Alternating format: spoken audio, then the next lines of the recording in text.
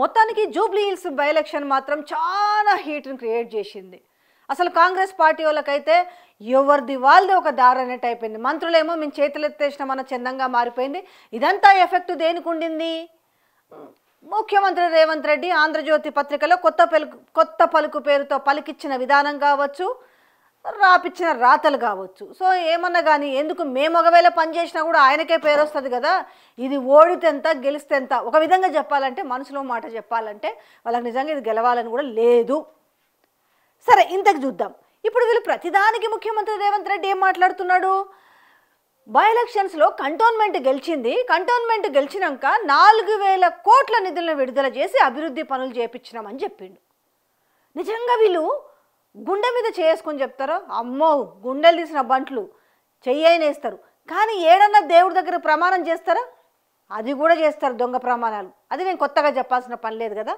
మరి ఎవరి మీద ఒట్టేసి చెప్తారు? 4000 కోట్ల నిధులు విడుదల చేసి మేము అద్భుతంగా దాన్ని అద్దంలాగా చేసినామని చెప్తున్న ముఖ్యమంత్రి రేవంత్ రెడ్డి చెప్పిన మాటకి ఎస్ మాకు 4000 కోట్ల నిధులు వచ్చినాయని ఆ కాన్స్టిట్యున్సీలలో ఒక్కరన్నా చెప్తారా? ఇంకొకటి ఏంది, 6000 ఇందిరమ్మ ఇండ్లు అంట. అందుకే బ్యానర్లు కట్టారు, మా ఇందిరమ్మ ఇండ్లు ఎక్కడ పోయినాయి అనేసి. సో అక్కడ ఒక స్థానికుడు మాట్లాడిన మాటలు ఒకసారి చూద్దాం. రేవంత్ రెడ్డి గారు అని చెప్పారు, ఈ కంటోన్మెంట్ కాన్స్టిట్యూషన్ 4000 కోట్లు ఖర్చు పెట్టాలని చెప్పారు. దాన్ని మీరు ఎలా చూస్తున్నారు? కంటోన్మెంట్ కాన్స్టిట్యూషన్ ఇంతవరకు అసలు 4000 కోట్లు అనేది అభివృద్ధి కానే కాలేదు. 4000 వదిలిపెట్టి కనీసం 4 కోట్ల అభివృద్ధి కూడా కావాలి. మాకు నెక్స్ట్ అభివృద్ధి ఏంటంటే గుంతలు కనబడుతున్నాయి చూడండి. అంతేకాకపోతే మరి ఎటువంటి అభివృద్ధి లేదు. అభివృద్ధి అంటే డ్రైనేజ్ పొంగుడు, ఇవాళ గల్లీలన్నా వేరే ఒక అంశం, వేరే చిన్న స్కూల్ పోయే వాళ్ళకి ఇబ్బంది, ట్రాఫిక్, వేరే ఒక. సో ఇదేనా 4000 కోట్ల నిధులు ఇస్తే అభివృద్ధి ఇదేనా? లేకపోతే మరి 4000 కోట్లు నిజంగా ఇచ్చుంటే ఎవరి జేబులోకి పోయినాయి అవి? మరి లెక్క చెప్పాలి. ఇప్పుడు కంటోన్మెంట్ ప్రజలతోటి పోయి అక్కడ నిజంగా చెప్పాలంటే అసలు ఒక రోడ్ షో చేయడం కాదు, టోటల్ ఒకసారి గ్రౌండ్ రిపోర్ట్ చేయించాలి.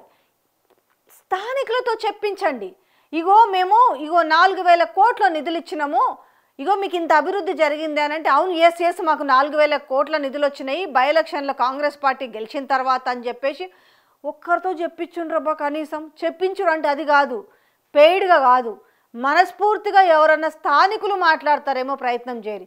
చెప్పించుడు అంటే మా లోగోలు తీసుకుపోయి చెప్పించుడు కాదు. ఎంత దరిద్రం అంటే అది. ఒక సైడ్ ఏమో ఒక స్క్రైబ్ దతికించుకుంటాడు, ఒక సైడ్ ఏమో మిర్రర్ వేసుకుంటాడు. పోయేసి ఎవరికైతే పెయిడ్ ఉంటారో వాళ్ళతో మాట్లాడిచ్చి తీసుకొచ్చేసి మంచిగా వాడుకుంటున్నారు. ఎందుకంటే మీ ముఖాలకు మీ లోగోలు వేస్తే ఎవరు చూడు కాబట్టి. సో ఈ పిచ్చి పనులు చేయకుండా మీరు నిజాయితీగా పోయి లోగోలు లేకపోయిందిరా నాయన, ఏదన్నా ఒక మైకు పెట్టేసి నిజమా నాయన మీకు చాలా అభివృద్ధి అయిందా, మీ రోడ్లన్నీ ఇప్పుడు అద్దాల్లాగా ఉన్నాయా, మీకు ఏం సమస్యలు లేవా అనేసి మాట్లాడి తెప్పించేసుకోండి. ఇంకోటి 6000 ఇందిరమ్మ ఇండ్లంట. ఏడబూసిర్రు అసలు? ఏడన్నా ఒక తట్టడి మట్టి పోసుడు కానీ అట్లీస్ట్ ఒక తట్టడి మట్టి ఎత్తుడు కానీ చేసిరా? గత బీఆర్ఎస్ ప్రభుత్వంలో ఈ మహానగరంలో కట్టిన 1,00,000 ఇండ్లు మినహాయిస్తే మీరు ఎక్కడ ఇల్లు కట్టిరు? ఒక్కటి పోనీ ఈ బై ఎలక్షన్ సందర్భంగా చూపించిరి. ఇది సవాల్ అనుకోండి. కంటోన్మెంట్ ప్రజలు బాగా గుర్తు చేసుకోండి, యాదకు చేసుకోండి. ఎక్కడన్నా ఒక్క ఇల్లన్నా కట్టినరా ఈ కాంగ్రెస్ పార్టీ ప్రభుత్వంలో? మరి 6000 ఇల్లు అంట. ఇగో ఇట్లుంటాయి. గతంలో మేము ఏం చేసినామంటే నాకు ఇప్పుడు బాగా గుర్తొస్తుంది, ఈ 2023 జనరల్ ఎలక్షన్స్ అప్పుడు వీళ్ళు ఏం చేసిరంటే అక్కడ కర్ణాటకలో అనుకుంటా 5 గ్యారంటీలు ఇచ్చారు. ఇక్కడ ఒకటి యాడ్ చేసి 6 గ్యారంటీలు ఇచ్చారు. ఒరే బాబు 5 గ్యారంటీల ముచ్చటేందని మేము కూడా పోయేసి, సో మేము కొంచెం సాహసం చేసిపోయి అటు బీదర్ నుంచి మొదలు పెడితే అటు బెంగళూరు పోయినాము. దాని తర్వాత ఆ కాన్స్టిట్యున్సీ కర్ణాటక కాన్స్టిట్యున్సీలో ఉన్న కొన్ని ప్రాంతాలు తిరిగి వచ్చినాము. అయ్యా ఎట్లుంది అప్పుడు మహిళలకు వీళ్ళు ఇస్తామని అక్కడ 1500-2000 రూపాయలు పెట్టిరు అనుకుంటా. ఆ పెన్షన్ విషయంలో కావచ్చు, లేదనంటే ఈ ఫ్రీ బస్సు విషయంలో అక్కడున్న నిజంగా ప్రజలు ఆనందంగా ఉన్నారా? ఇబ్బందులు పడ్డరా అనేసి పోయి అక్కడ మాట్లాడితే ఆ గాథలన్నీ తీసుకొచ్చి వినిపించినాం కానీ ఎవరికి ఎక్కల. అంటే అట్లాంటి బాధలే ఇక్కడ పడతారు అని చెప్పి అక్కడ ఆటో డ్రైవర్లకు తీసుకొచ్చినాం, ఎట్లాంటి ఇబ్బందులు పడుతున్నారు, క్యాబ్ డ్రైవర్లకు తీసుకొచ్చినాం, దాని తర్వాత ఆర్టీసీ బస్సు డ్రైవర్లకు సంబంధించి కూడా తీసుకున్నాం. ఎందుకంటే బస్సు ఉన్న దానికంటే కూడా కెపాసిటీ కంటే హెవీ ఆక్యుపెన్సీ ఏ విధంగా ఉంది. ఇప్పుడు 45 కెపాసిటీ ఉంటే 70, 80, 100 మంది ఎక్కడము.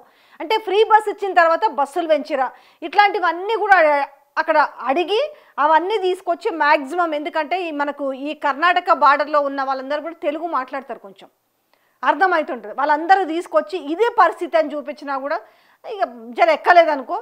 అందుకనే 1.8% తోటి మార్పు అంటే కాంగ్రెస్ పార్టీ అధికారంలోకి వచ్చింది. అయితే ఇప్పుడు కంటోన్మెంట్ల ముచ్చట కూడా చూస్తుంటే నాకు అది గుర్తొచ్చింది అప్పటిది.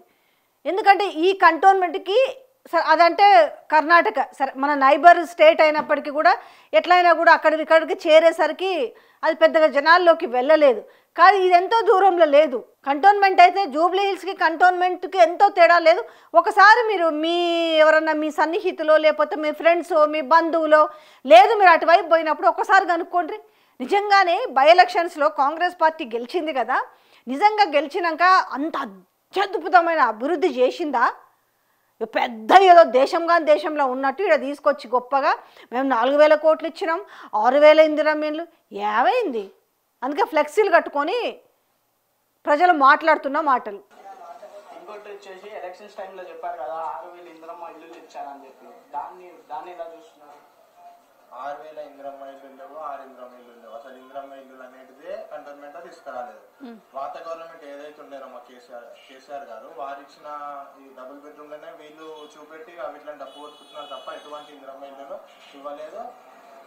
అసలు Congress government utter flop government ఏం చేయలేదు ఇంతవరకు. సో ఏం చెప్తున్నాడు ఇప్పుడు ఆయన ఒపీనియన్ ఆయన చెప్పింది. కాకపోతే ఇంకోటి కూడా ఉంది, జనాలు అనుకుంటున్నారు 4,000 కోట్ల నిధులు పక్కన పెడితే వాళ్ళ జేబులోకి ఏమో తెలియదు కానీ ఆ ఎమ్మెల్యేకి అయితే 2 బెంచ్ కార్లు అయితే వచ్చినాయి అన్నాడు, 2 కోట్లవి. సో అట్లుంది పరిస్థితి.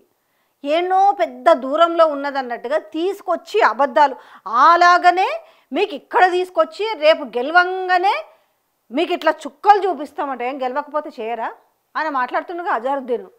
మీరు బీఆర్ఎస్ కొట్టేస్తే నేను రాను అంటున్నాడు. నువ్వు రాకపోతే మళ్ళీ రేపు నీకు టికెట్ వద్దా? మరి 2028 డిసెంబర్లో వస్తాయా లేకపోతే 2029లో వస్తాయా తెలంగాణలో జనరల్ ఎలక్షన్స్? కానీ అప్పుడు టికెట్ వద్దా మీకు? అయిపోయిందా? ఇంకా ఉత్తుత్తి మంత్రి చేసిరు అయిపోయిందా? అట్లీస్ట్ మీకు శాఖలు కూడా కేటాయించలే. ఏదైతే మీలే నాకు 6 నెలలు ఉంటే పోతే నేను మాత్రం మంత్రి అనిపించుకున్నా అంతేనా? చాలా ఏం మాట్లాడుతున్నారు ప్రజల ముందర? మీరు బీఆర్ఎస్ ఓటేస్తా నేను మళ్ళా రాని కాన్స్టిట్యున్సీకి అంటుంటే అయిపోయింది ఇక మంత్రితోటి అజారుద్దీన్కి ఫుల్ కడుపు నిండిపోయిందా? సో వీళ్ళకి కింద మీద పడుతున్న పాటలు చూస్తే అర్థమవుతుంది కదా, గెలుపుకు దూరం అవుతున్నాము, ఓడిపోతున్నాం, ఏదో ఒకటి చేయండి అన్న చందంగా ఏదో ఒకటి చేయమంటే ఆ ఏదో ఒకటి కూడా చేస్తలేరు మంత్రులు. తలా ఒక దారిలో పోయారు, వస్తే ఏదో చుట్టపు చూపుకి వచ్చి అట్లా పోతున్నారు. 2 మాటలు ఏదో ఎవరన్నా మీడియా వాళ్ళు పెడితే 2 మాటలు మాట్లాడేసి ఎందుకు ఇది గెలిస్తే ఎట్టాగో మా కష్టం అని ఎవరు అన్నారు కదా, చూడు రేవంత్ రెడ్డి గెలిపించుకున్నా అనేసి రేపు అన్ని మీడియాల ముందర చూసినావా నేనంటే ఏందో ఒకవేళ పొరపాటున ఏదన్నా జరిగి గెలిస్తే మాదే ఉంది తొక్కలోది, హ్యాపీగా ఓడిపోతే అయిపోతుంది అనుకొని ఇక్కడ నెంబర్ 2 అనుకునే మంత్రులు లేదంటే సీఎం సీట్ కోసం ఆశపడే మంత్రులు ఓడిపోవాలని కోరుకుంటున్నారట.